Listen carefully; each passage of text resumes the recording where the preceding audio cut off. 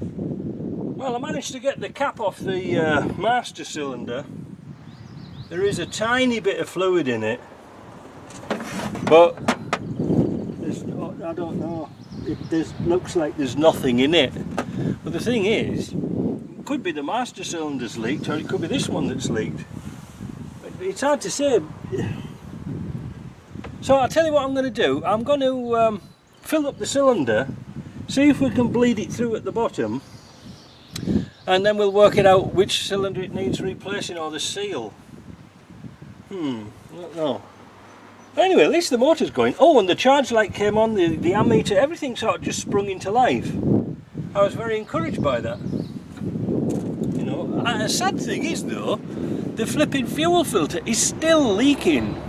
Now, I've got to thinking, I can't really see that properly, so I think I might just take it off, the whole unit completely, and have a look at it on the bench, because remember, this has had water in it, and over the winters the aluminium casting could have cracked, and I can't see it. It might need a replacement. Anyway, let's have a look and see what's wrong with this clutch first.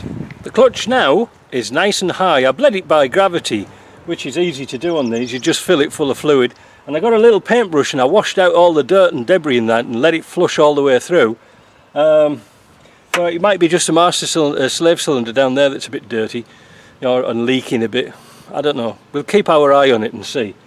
But the thing is, burning question now is the clutch seized to the flywheel?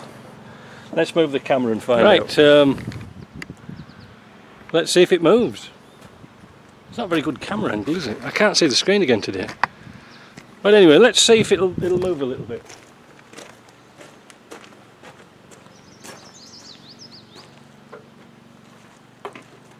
Yes, Rob, I've got the bonnet held up.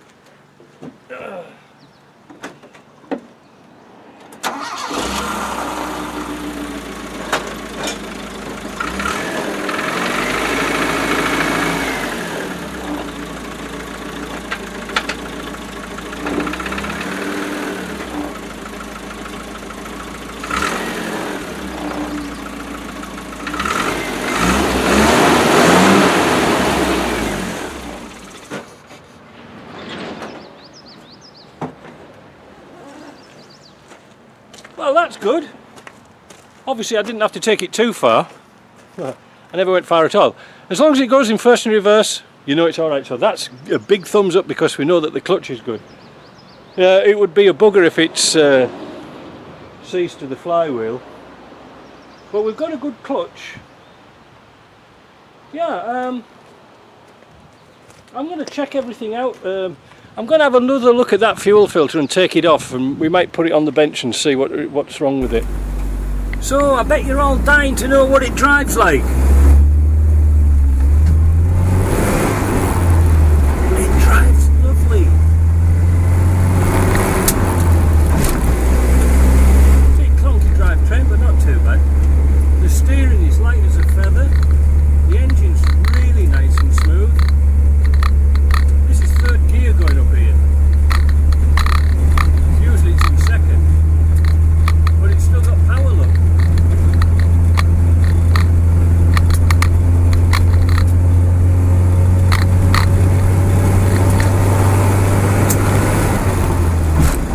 Yeah, a bit of a clunk somewhere.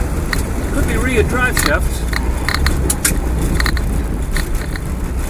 Again, this hasn't been looked at for a long time. The clutch I can feel is going down, so there must be a really bad master cylinder on it. But, you know, like I said, we'll check the brakes. Well, they seem to work, because there goes a spare wheel.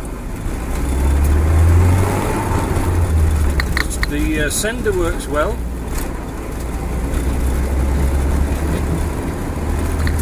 Yeah, it's a lovely little car. I could drive this all day. I really could drive this all day. I like the 2.25 petrols and the 2.5. They were nice in the Defender, but sadly they discontinued them to put noisy TDIs in.